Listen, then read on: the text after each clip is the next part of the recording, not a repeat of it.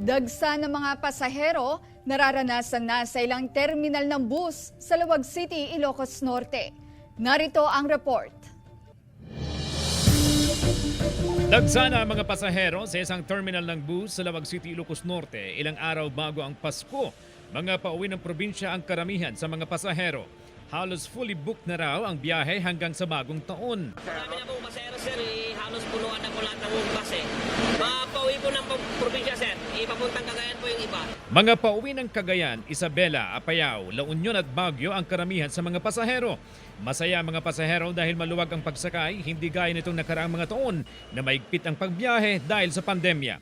Kada oras din ang trip interval ng mga bus. Masasabi ko lang po, nagpapasalamat na lang ako kasi paluwag-luwag na yung paggalaw-galaw natin, hindi na kagaya nung ng pandemic. CJ Torida, 1 North Central Luzon.